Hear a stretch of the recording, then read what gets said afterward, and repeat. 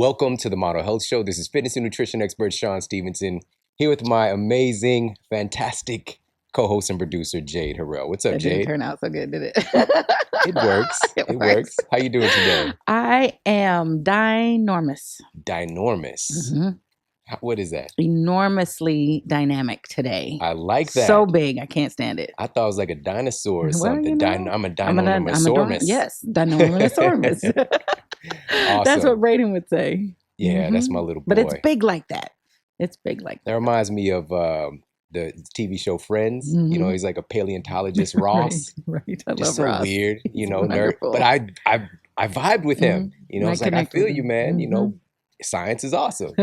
You know, dinosaurs. I know you love that. You know, yeah. you know that plastic bottle that you have there? Nope. And Somebody we've gave that to done me. this episode on water. Ixnay on the the water Autobay. masterclass, which we'll put that in the show notes, by the way. Yeah. That's a fossil fuel. Have you ever really kind of tripped off what that means? A fossil fuel. So I'm just going to let everybody marinate on what that means when we're talking about plastics. But I'm drinking out of dinosaur. Don't worry about it. Bodies. Let's let it go. Okay. We'll let it go. Like that movie Frozen. Right? Yeah. If you bring that up, we'll have to sing it. Let's not. So let's channel Elsa. We've got an amazing show for you guys. I mean, this show is going to be, I'm just so excited about it. We've got a fantastic guest on. Just a powerhouse. I mean, I'm so excited about this. But first, before we get into our guest and our show topic, I want to give a quick shout out to our show sponsor, Onnit.com. I love those guys. Onnit.com/model. You get 10% off all of your health and human performance supplements. Huge fans of the Hemp Force protein. The most bioavailable protein for the human body is going to be found in hemp. Edestin, albumin. Also, the right ratio of omega-3 to omega-6 fatty acids are going to be found in hemp, because they actually throw some actual whole hemp seeds in there in the mix as well. Some new people that are new to it might drink and like, what are these? Right. And it's actually, they throw some hemp seeds in there as well. And also it helps. Not gritty. It helps for you to slow down and to chew on something, because when it's what's said is to drink your juice, to chew your food to drink your food and chew your juice. Yes. That's what's said, you know, because when you're actually taking the time, instead of like guzzling down your juice or your smoothies, and also that allows for your body to actually pick up the fact that you ate something. Right. But what you're doing when you're actually chewing and taking the time to do that is you're mixing that food and coating it with your own DNA and RNA. Right. So that food is getting familiar with you before it hits your gastrointestinal tract.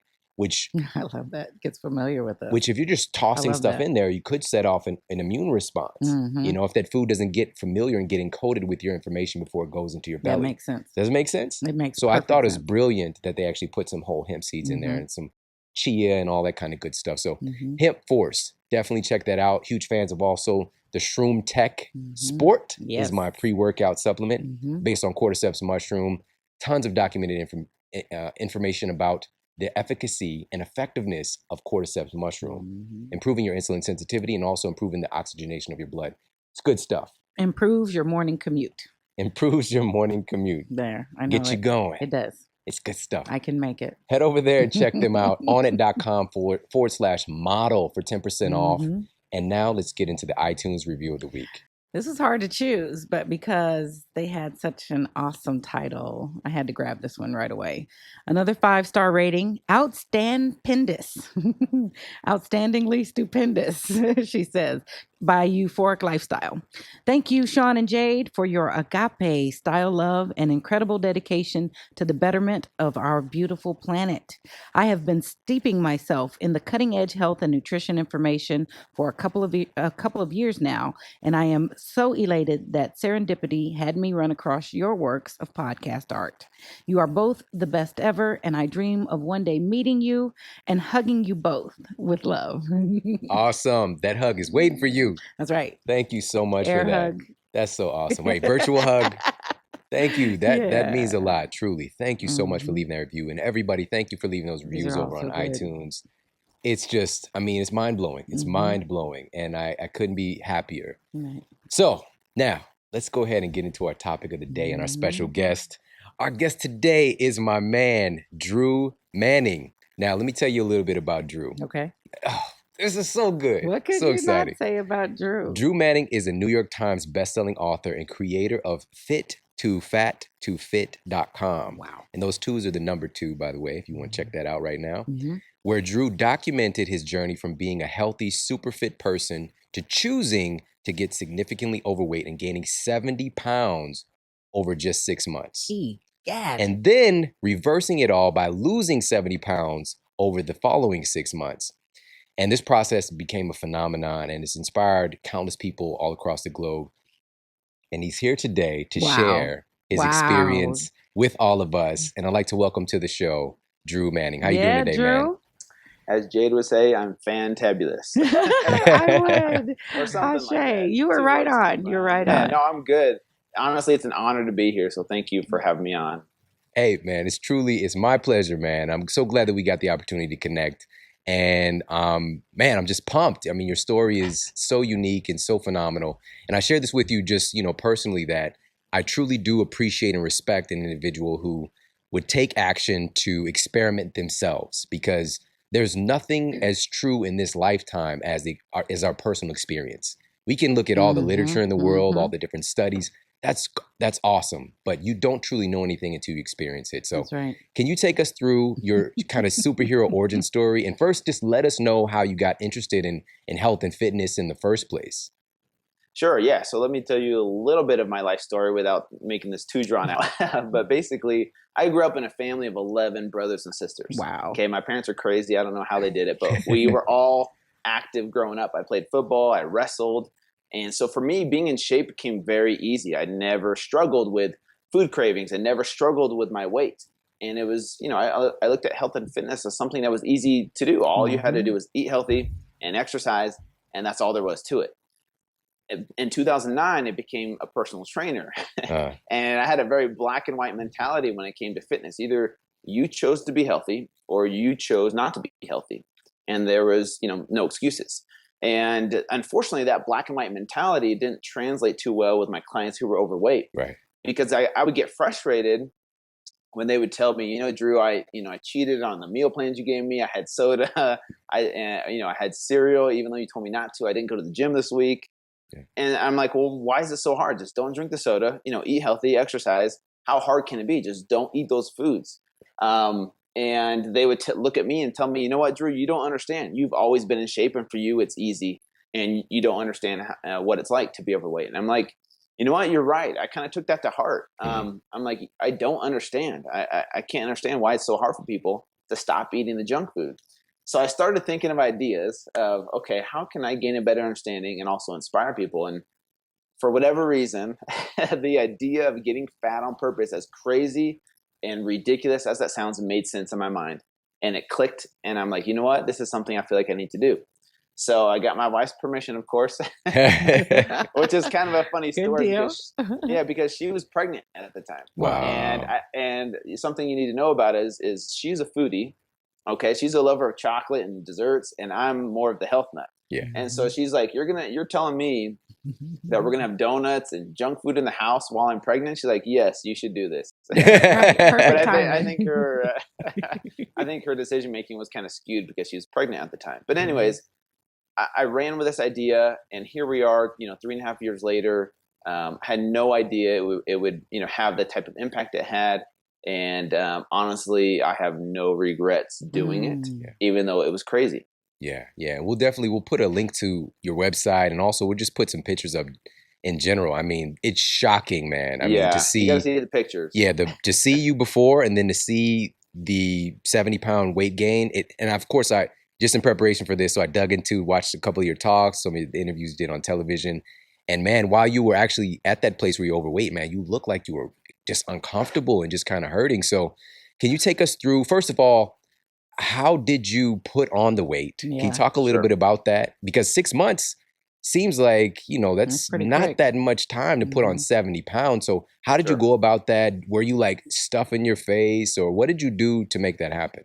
Sure, that's a great question. And just to throw this out there, I'm assuming most people have seen the documentary Super Size Me, where Morgan Spurlock eats McDonald's, 3 times a day for almost 30 days, almost dies, right? I think most of us know fast food is not healthy for us. What I wanted to focus on was the everyday typical American foods that a lot of us grew up on here in America that we sometimes think is healthier for us. And so 90% of the foods that I ate were things like white bread, white pasta, juices, sodas, sugary cereal, granola bar, chips, cookies, crackers, frozen burritos, frozen pizzas, lean cuisines, SpaghettiOs, things from a can, anything that was cheap, that was convenient at the grocery store and that tasted good. Yeah. And those are 90% of the foods that I ate to gain 76 pounds in 6 months. And I was living off of probably 5,000 calories a day of these types of foods.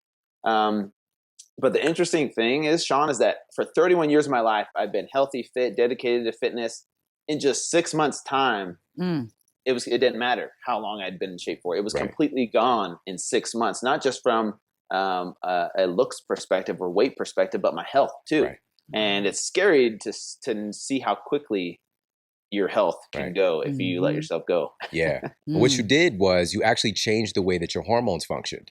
You know, and this is kind of the underlying root thing that I talk about and kind of bring to the surface for people, is that we could talk about calories all day. We could talk about dieting and exercise. That stuff is great. But what it really boils down to, with the way you look and feel, is what your hormones are doing. You know, so you literally change your hormonal landscape with the food that you're eating. So it's kind of like an epigenetic trigger. That's what food is. And for people to kind of hear the stuff you're eating, I know this stuff intimately too, man, because, there was a period, SpaghettiOs, come on. I mean, I got the family can and I would jam that down, or just a box of Velveeta shells and cheese. I mean, come on. Yeah. And that's how I was living in college when I was 40, 50 pounds overweight and kind of dealing with my own health issue. And so, again, I just want to acknowledge you because, man, you're to step up to the plate and understand, like, your clients are telling you, like, you don't really get this. Some of the best teachers are those who have kind of actually walked that path, So for you to proactively have the audacity to do this is just crazy, crazy and phenomenal. So what about the exercise? So did you continue to do any exercise during the process? Yeah, no exercise for the entire 6 months. That was one of my rules. And so obviously that contributed as well to the weight gain. And it was actually really hard, man. In the beginning, to be obsessed with exercising and addicted in a way to looking good. Yeah. At first, from a mental perspective, it sucked. It was hard to not exercise. And I know a lot of people are rolling their eyes like, oh, please, like, that's not that hard. That's easy. For me, it sucked to see these fit people jogging. And I'm like, oh man, that used to be me. Yeah. And this journey, one of the things I learned, Shawn, was how much of this was mental and emotional. Yeah. I thought this was just going to be a physical journey. I would get some man boobs, a big gut, some love handles, and I would get back in shape. The shocking thing, and this is kind of what my book goes into, is how much of transformation is mental and emotional. And I didn't realize that until I put myself in the shoes of my clients. Wow, so powerful. And so I want to talk a little bit about that, because one of the interviews I came across, I think, was Dr. Drew, who you were on. And I don't know much about him, but he used an incorrect term with you, and he was calling, like, exercise bulimia. And that's not the appropriate term, just kind of saying it was an unhealthy addiction to exercise, which bulimia with exercise is more of a form of kind of self-abuse. Whereas like you were doing it for the purpose of, like, you'd love to do it. Like, it felt good to you. It was a part of who you are. That's creating it's the opposite of what a lot of healthcare practitioners look at, which is a positive habit. Like, those two words can seem like an oxymoron, but because we commonly think of negative habits, what you did was you created a situation with your nervous system, with your hormones, to be conditioned to want this thing. Like, it's a part of you. And when you don't do it, you don't feel right. So we can we've done several shows recently talking about creation of habits, and we'll put the most powerful one in the show notes, and just kind of talking about how you can structure, and it's kind of like the chain, that quote from Samuel Johnson. I don't know it word for word right now, but basically it's the creation of the habit it feels very weak until the chain is too strong to be broken. And so when you try to break that habit of something positive, it doesn't feel good, so that's what it was really going on. And for you, I know there was a struggle, man, and I don't know how you did it. I'm sure SpaghettiOs help and Captain Crunch helps, but man, I mean, so can you take us through now and talk about, so what did you feel like, when you were gaining this weight, when you were trying to get around, how did you feel? Yeah, that's a great question. So I'll admit, in the beginning, even though I struggled from a mental perspective of not exercising, the food part was kind of fun. I mean, I'll be honest, like it was really cool to let myself go. I would go to the grocery store, skip the produce section completely, go down the cereal aisle and pick out all the stuff I've never bought before and experiment with all these new foods that, there's hundreds of foods that you could, consume. We're a society of overconsumption, of course. But anyways, it was really fun for a little bit to get whatever I wanted to and not exercise. And that lasted for about 2 months until I started snoring. My wife did not appreciate that, by the way. Luckily, she didn't kick me out. But anyways, I started snoring just 2 months into the journey. And I started to feel lethargic really quick. Even though when I put on 20, 30 pounds, people are like, oh, you look normal now. Like, you don't even look overweight at all. I'm like, really? I'm like, I feel like a completely different person carrying 25 pounds of fat. And so I started to feel really lethargic. I've never experienced this before, where I was clipping my toenails one day and I had to hold my breath for the first time in my life. I've never experienced that. Or bending over and tying my shoes. I've never had to hold my breath and then come up for air and finish the job, because when you're healthy and fit and you don't have that visceral fat, it's something that's easy. And I never experienced that. I never experienced chafing. But the lack of energy was probably the toughest thing to deal with. Yeah. Because I'm not a lazy person by choice, being healthy and having energy, helping out my wife with the kids and around the house. The lack of energy I had just turned me into a different person. I was always wanting to lay on the couch and wasn't as helpful with the kids and wasn't as helpful around the house. And that really affected my relationship with my wife. And she's really honest about how much she hated me, because she's like, you're doing this experiment on purpose. And, there's still things I need to get done. And here you are, not helping out. And it really affected our relationship in a negative way, but I didn't plan on that. And so it was really tough for 6 months, for this mental and emotional struggle that I was going through, and the physical changes that I was dealing with. It was hellish at certain times. Yeah, there's two things I want to kind of touch on there is sure. And wow, man, again, you're like you're a superhero, man. So number one is the sleep, so that's kind of, it starts to create a vicious circle. When you, obviously with the snoring, you're probably going to have some symptoms of sleep apnea, which is going to diminish your sleep quality, and you're going to wake up feeling tired every single day because you're not really getting that rejuvenative, deep level of sleep. And it's sort of like with the apnea, like somebody really weak is choking you. And it's just like, they're not like completely shutting down your breathing path, but it's just enough to annoy you and to wake you up. But you don't consciously wake up. But your body is waking up out of deep sleep continuously every time it tries to fall into it. So, and then when you wake up in the morning, it's going to kind of create this perpetuation of poor food choices because you're tired. And also, obviously, the lethargy, and not having the energy. And this is the other thing I want to talk to and kind of speak to with everybody is the fact that we oftentimes don't really value our health until we don't have it. So when you don't feel good, when you don't feel good, nothing else matters. And so a lot of us, though, because we know we have to provide for our family, we got to get stuff done, we'll just actually take this approach in life and push through anyways. Yeah. And not really understand how bad we feel, Yeah. And I'm pretty sure I see somebody crawling in the background there. And so guys, if you want to check out the video of this episode, head over to the Model Health Show. Laughing. Head over to themodelhealthshow.com, themodelhealthshow.com, and you can check out the video as well. And you'll just see just this little booty just kind of passing by. So anyways, so this is super powerful and critical stuff right here, is talking about this energy equation, and understand that when you feel good, and for a lot of us, we don't know what it's like to feel good, but when you start to get rid of those layers and this energy starts to awaken in your body, everything in life becomes easier, better, and just so much more optimism can kind of open up for you just by feeling good. And so that's the main thrust of what we're doing with this show. It's not about having a perfect body at all. It's about you feeling good so that you can, if you choose to work on your body, you have the energy to do so. If you choose to create, if you choose to change your career, you have the energy and the wherewithal to do it rather than kind of struggling. And it's done a lot of that for me personally. Everything has opened up for us, but I have to admit there's a level of anxiety that goes with it.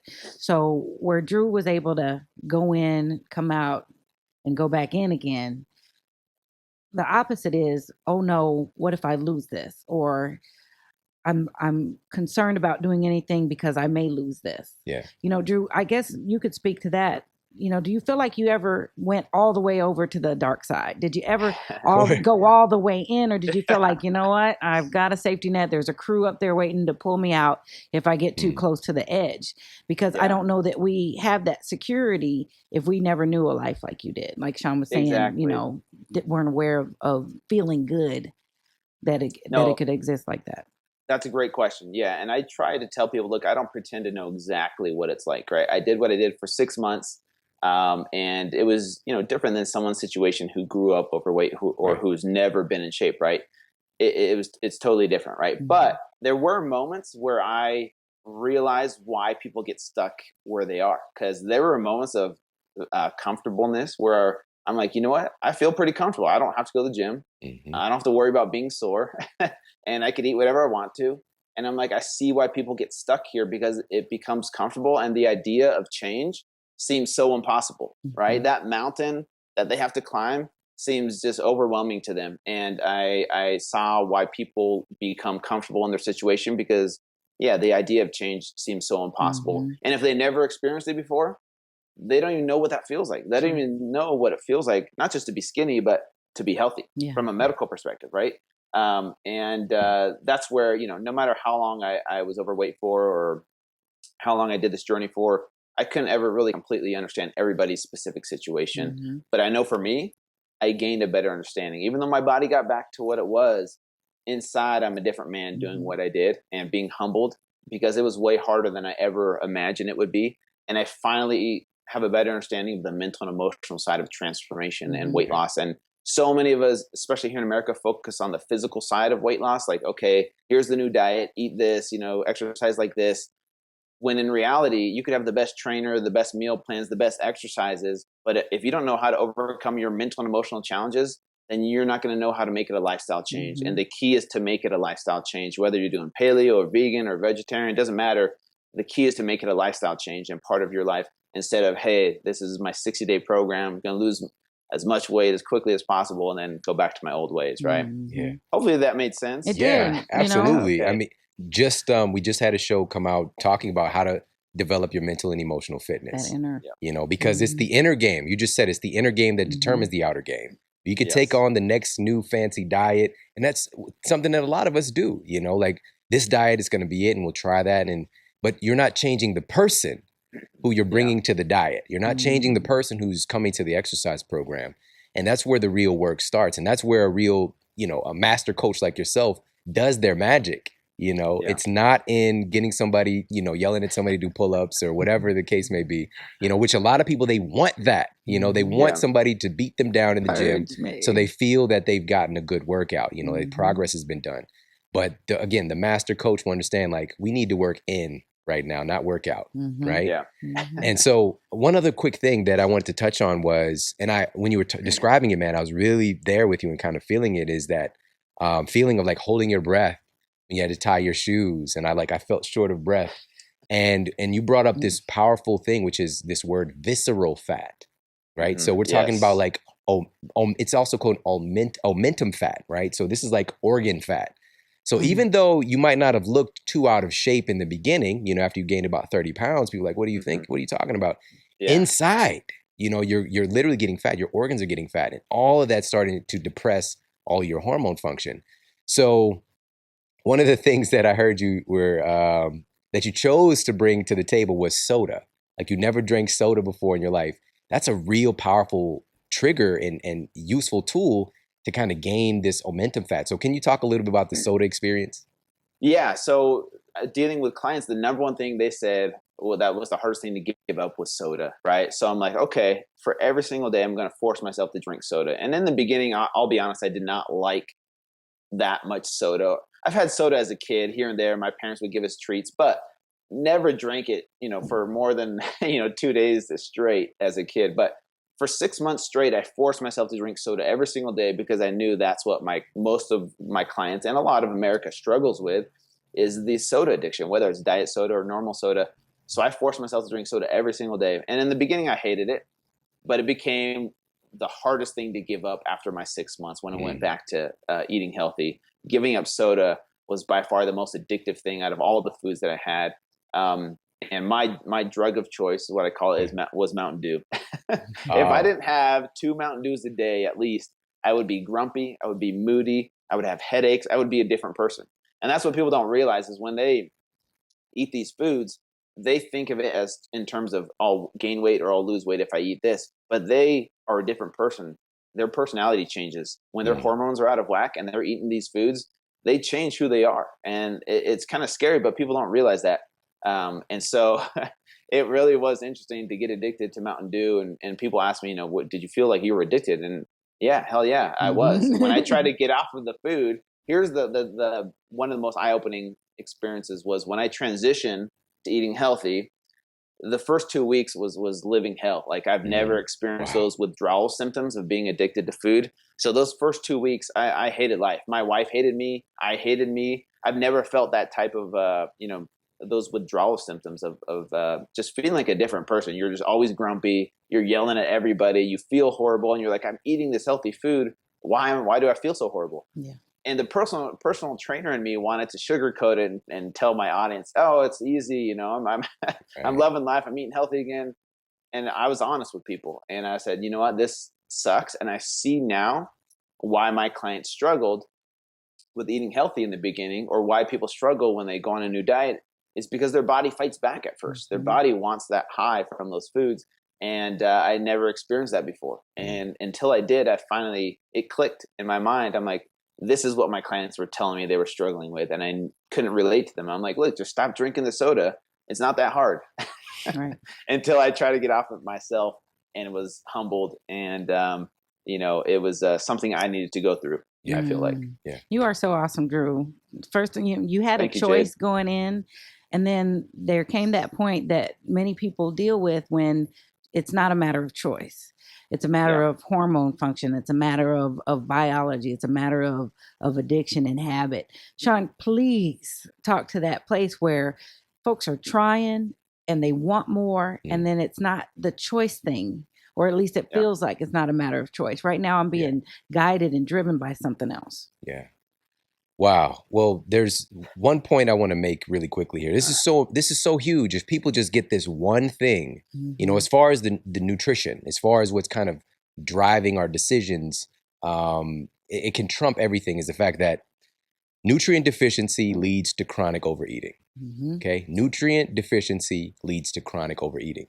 So when you're not actually providing your body with the raw materials that it needs to rebuild you, that's what it's designed for.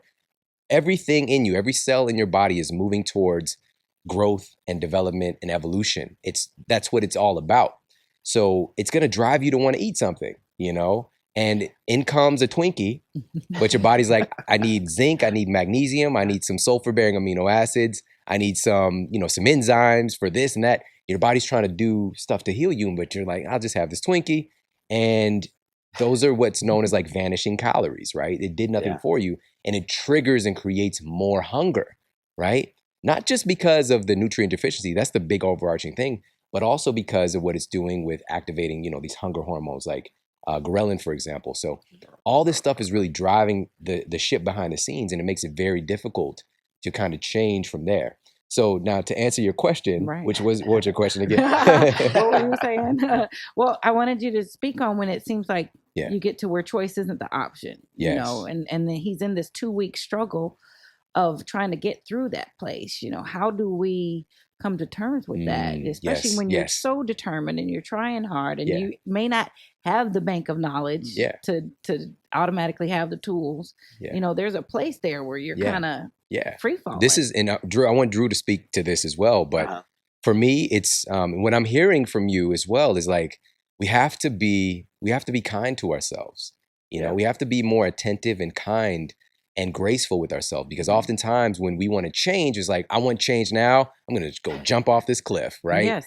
Instead of just being, help me. Instead of being more altruistic with ourselves and taking our time, being patient, understanding like we want to be in this for the long game, right? We've done a lot of sprints with people who have been struggling, trying to get their body where they want it to be, lots of sprints.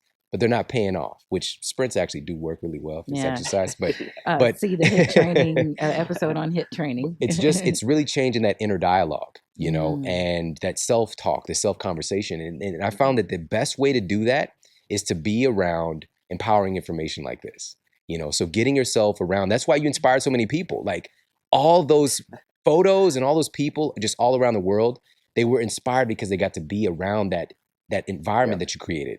I think that that's the most powerful tool that we have access to today. So what do you think about that, man?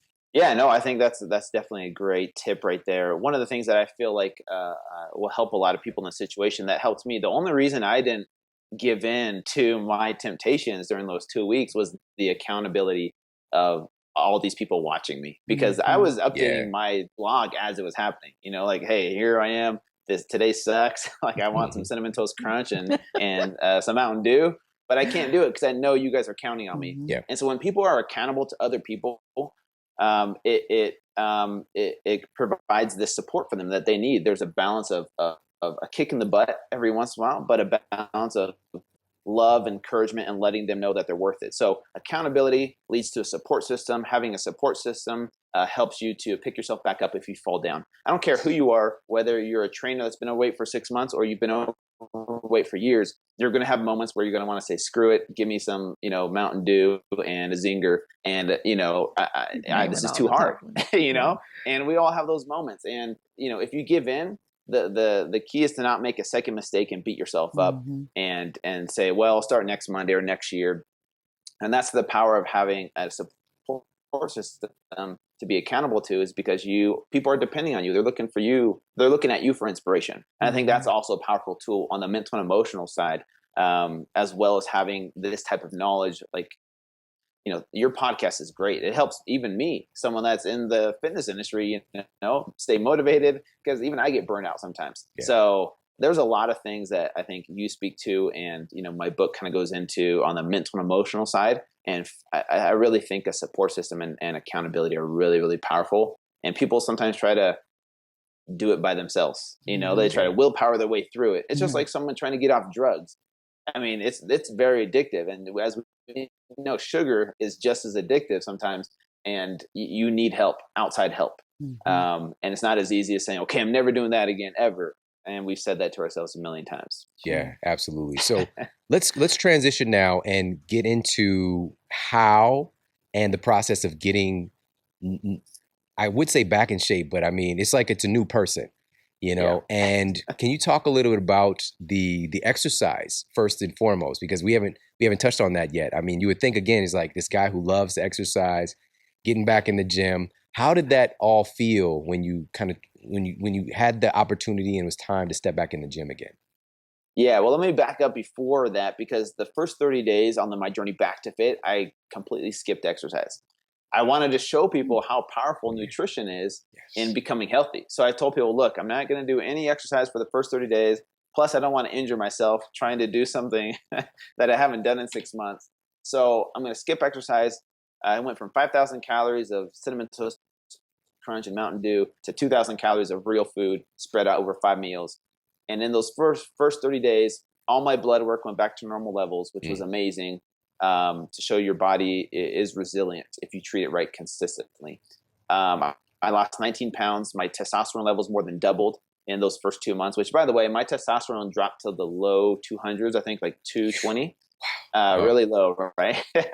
And also your blood pressure was up, and you had close to like liver cirrhosis or something like that. Like, yes, Dr. Oz said he said I was heading towards cirrhosis, and my blood pressure was 167 over 113 at its highest. Yeah, wow. It was crazy. And all that went back to normal levels in those first 30 days. My testosterone went up to 450 after just eating clean, no exercise yet. So here I was, going back into the gym, and I was still overweight, and I was nervous for the first time in my life. I used to love going to the gym. I was that confident, fit guy, cut off sleeves and all that stuff. Now I was wearing this big, loose clothing tucked in to make sure nothing would fall out while I was exercising. And it was totally different, because whether people judge you or not, going into a gym being overweight, you feel judged. Yeah. Whether people are judging you or not. And I've never experienced that before. I had so many people that would tell me, Drew, I don't like going to the gym. I feel judged when I'm there. I'm like, what are you talking about? Nobody's judging you. And maybe nobody is, but you feel that judgment wherever you go. And I've never experienced that before. So it was very humbling, very eye-opening for me to kind of experience that for the first time in my life. So I struggled, man. Doing push-ups on my knees is what I had to do, and I struggled with those. I couldn't even finish a full set of 20. And I've never experienced my gut getting in the way of me doing push-ups. Like my gut would touch the ground before any, my chest or my shoulders, like it normally does. And it was something I needed to go through. I kind of talk about this in my book, but I compare it to being on top of a mountain my whole life. And I'm trying to help my clients climb up that mountain one step at a time, yelling at them from the top to keep coming and to don't give up and stop falling back down by cheating and messing up. But for the first time in my life, here I am at the bottom of the mountain, looking up, and it's a totally different perspective. It was something I needed to go through. Yeah. What is some of that? Now, you talked about the nutrition helped reset things. What about some of that self-talk that you were speaking about, Shawn? What are some of the exact things you said to yourself, that inner self-talk, to help you through that part? Yeah. So for me, it was the accountability. So for example, there were moments where I wanted just a box of Cinnamon Toast Crunch. But I had that fear of, what if I go to the grocery store and someone says, hey, aren't you that Fit2Fat2Fit guy? Aren't you supposed to be losing weight right now?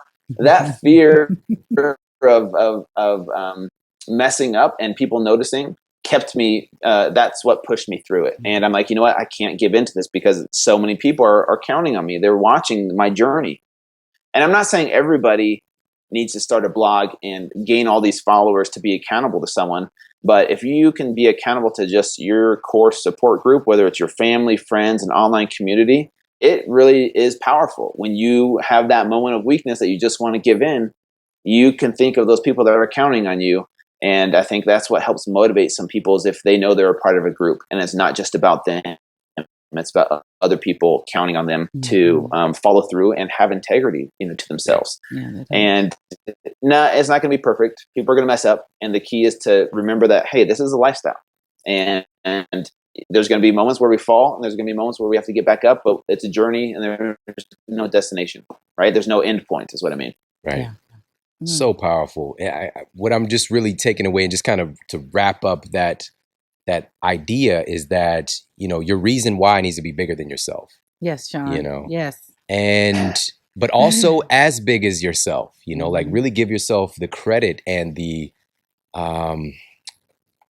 really just appreciating your divinity, and how special you are, how powerful you are. And all of this we have access to, like right now in an instant. It's just kind of tuning in to the fact that you are amazing, and you have like this infinite capacity to do so much. You can have, do, and be with whatever you want. But one of the kind of leverage points is thinking about something that's bigger than us, so maybe it's something for, I want to inspire my kids, or maybe it's, I want to be there to be able to, be at my grandson's wedding or something like that, and to be able to dance with my grandchild at their wedding. Or of course, the typical thing, and I know you've seen this too in your profession, is like when people are getting in shape for a wedding, or whatever the case may be. But we've got to leverage that though, we've got to leverage it and make it a lifestyle instead of this temporary gain, so so powerful, man. The next thing that I want to, was that exercise? Okay, she's over here doing like invisible curls. Oh yeah. So what was so powerful, and I'm so glad that you kind of backed up and talked about this, was that the nutrition was really like the name of the game. That changed a lot. Your blood markers went back to normal just by changing your nutrition, lost about 20 pounds. And then we added the exercise piece to the mix. So I'm assuming Jade wants to know, so what were you doing for exercise to lose those 70 pounds? Well, the really, last 50. And I'll be pretty quick about that. But my whole philosophy when it came to exercise is working out smarter, not longer. So a lot of people think, oh, you're a personal trainer, you're going to exercise 3 hours a day, you'll be back in shape in no time. I wanted to show people, look, this is a simple lifestyle that anybody can maintain. I'm not doing anything extreme. I'm not starving myself. I worked out 5 days a week, 35 minutes a day, maybe 40 minutes max. And Monday, Wednesday, Friday, we're lifting days, resistance training, but we're structured as supersets. Yeah. So very fast paced, quick supersets where I'm lifting weights, right? So I'm getting the benefits of cardio and resistance training. Tuesdays, Thursdays were more of my cardio days, but they were, HIIT training, right? That's all I did. Monday through Friday. Took Saturday and Sunday off. Exercise 5 days a week for the rest of the journey. And the key really is nutrition, right? You can't out exercise a bad diet. You can't out supplement a bad lifestyle. So if people can get the nutrition part down and be consistent with that, they'll see more results than doing P90X 3 times a day and taking all kinds of pre-workout and post-workout and all those things. So that's what I try and preach and tell people. And the other thing I want to say really quick before we end is, wait, do we have time or? We got time for you, man. Come on. Okay, cool. Just making sure. Some of the things that changed the way I focus on helping people is before I focused so much on the physical side of outward appearance, like, hey, let's help you lose weight. Let's help you get that 6-pack. Whereas now, that's not my main focus at all. That is a byproduct now of living a healthy lifestyle and becoming medically healthy. Yeah. So if you focus on your medical health first, so for example, things like metabolic syndrome and those 5 risk factors, if you could just focus on that for now, weight loss and, 6-pack and, those kinds of things become a byproduct over time of living a healthy lifestyle consistently. Instead of before, I focus so much on helping people get their physical results, but really in reality, there's a lot of unhealthy ways to get a 6-pack. There's a lot of unhealthy ways to be skinny. It doesn't necessarily mean that you're becoming healthier because you're losing weight or because you have a 6-pack. And so my goal is to get people to focus on medical health first, weight loss, other things like that become a byproduct over time. Yeah, you just spoke to the very powerful fact that there's a huge difference. Well, there can be a huge difference between fitness and health, right? Totally. There are a lot of very, very extremely fit people that are incredibly unhealthy, and you see the wheels fall off, and this just jumps to mind, like a lot of professional athletes, straight up eat candy, like every day, like they're, a 7-year-old child, Yeah. And after their playing days are over with, you see diabetes, you see rapid weight gain, because they're very fit. They've been doing all this exercise and kind of, quote, trying to work off all the stuff they're eating. And there's only a certain amount of time that your body can live like that before there's nothing for free in this universe. That payback is going to come. But there are also, with health, there are some healthy people who are extremely fit. Sure. You're one of those guys. Maybe I am. I don't know. But, it's really, it's a byproduct, like you just said, focusing on health, focusing on feeling good, focusing on taking care of your internal organs, focus on doing the things that take care of your amazing heart and your liver and your brain health. And you find that it becomes so much easier to be fit. Yeah. And then you guys just pointed out the wellness part, the being sound and sure within yourself, the loving yourself, the mental and emotional component is the wellness. Yeah. And that's very key. That's the total difference between that and just being fit. Wow. Yeah. I think the problem is people compare themselves sometimes to the people on TV, the Biggest Loser, where we're supposed to be losing 100 pounds, eating this way. And it doesn't always happen like that. And that's unfortunate, is because people compare themselves to these, extreme results that they see on TV. And that's how they think their weight loss journey should be. And when they don't see that, it's easy to quit and say, well, it's not worth it because I'm not seeing any results. So why should I do it? Yeah. And by the way, I mean, our workout approach, our exercise approach is like incredibly similar, and especially with the HIIT training. So we did an episode dedicated to the HIIT training. We'll put that in the show notes. I loved it. Yeah, that was a great one. And so it's just talking about the science behind it, but also there's so many ways that you can do this and creative ways to have fun and actually enjoy the process of getting well. And so at this point, my man, I just, first of all, I just want to thank you again for the courage and for going through that process and being an inspiration, because I want to say I know what it's like, but man, like as much as a person can know, I truly do understand how difficult it was, and just want to acknowledge you for that, and just thank you for coming out the other end like a better man and a better teacher. So thank you, man. That was an incredible sacrifice you made for us, and we certainly appreciate it, truly. No, thank you. I think it just made me more relatable to my clients and people that were following my journey, because before, people saw me as just another trainer with a 6-pack. What does he know, right? And we see people like Jillian Michaels and all these other fit people yelling at these people that, hey, you got to lose weight, do this, do that. And, for some people that works. But I think at the end of the day, people, I love this quote: nobody cares how much you know until they know how much you care. Indeed. And that's one thing that's shifted my focus so much as a trainer. Is you could have all the knowledge in the world, but if you can't build that trust and your client doesn't know how much you care about them first, they could care less that you're the best trainer in the world and know how to get a six-pack for them. So it's just, it made me more relatable, and I could relate to them a lot better having done this. Not saying every trainer needs to do it. I don't think every trainer would, but it definitely is something I needed to go through to gain a better understanding. So I have no regrets doing what I did, because at the end of the day, it inspired, thousands of people all over the world to embrace a healthier lifestyle change. And that's what I try and continue to do. Yeah. So I was going to ask you, I asked all my guests this question, but I guess you just pretty good did a paraphrase of that right there. But if you can just go back and answer this question still, is that, what is the model that you're here to set with the way that you're living your life? What is the example that you're here to set with the way that Drew Manning is living his life?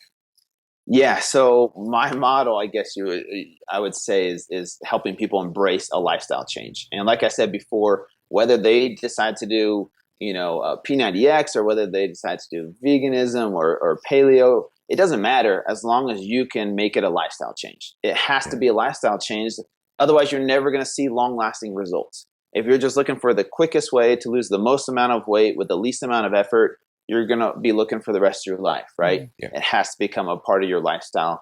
And that's my goal, is to get people to focus on their mental and emotional challenges rather than focus just on the physical side of weight loss, because there's an abundance of knowledge and information on the physical side, but there's not a lot of focus on the mental and emotional side. And so that's my goal, is to get people to focus on that, overcome their mental emotional challenges, and embrace this as a lifestyle change. Awesome, Drew. That is fantastic. Can you let everybody know where they can get connected with you? Yeah, so Fit2Fat2Fit.com with the number 2. So it's FIT number 2, FAT number 2, FIT.com. I'm on Twitter, Instagram, Facebook at Fit2Fat2Fit as well. I post a lot of funny stuff, so check it out. It's good stuff. Yes, Beautiful. Definitely good stuff. I highly, highly recommend connecting with Drew. It's just super inspirational and super educational as well. And man, just again, thank you so much for being you, man. And we're definitely going to connect much more and do some cool stuff together, man. So thank you. I'm looking forward to it. Thank you, guys. Thank you, Jade. Oh, it's my pleasure. I enjoyed you tremendously. Awesome. Everybody, thank you so much for tuning into the show today. And I really hope that this highlighted the fact that, our health is really, there's a delicate balance there, and we can kind of go off the deep end in either direction of extreme focus on our body image and on, beating ourselves down and just over exercising. And also, you can fall off very quickly, as Drew's example, in just 6 months and gain a tremendous amount of weight and become very, very unhealthy in the world that we have set up around us today. We have access to an incredible amount of foods, which is a gift and a curse at the same time. It could be, especially the processed foods.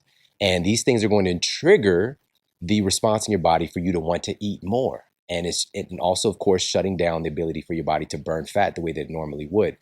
And just understand that you have the power within you to choose. You always do.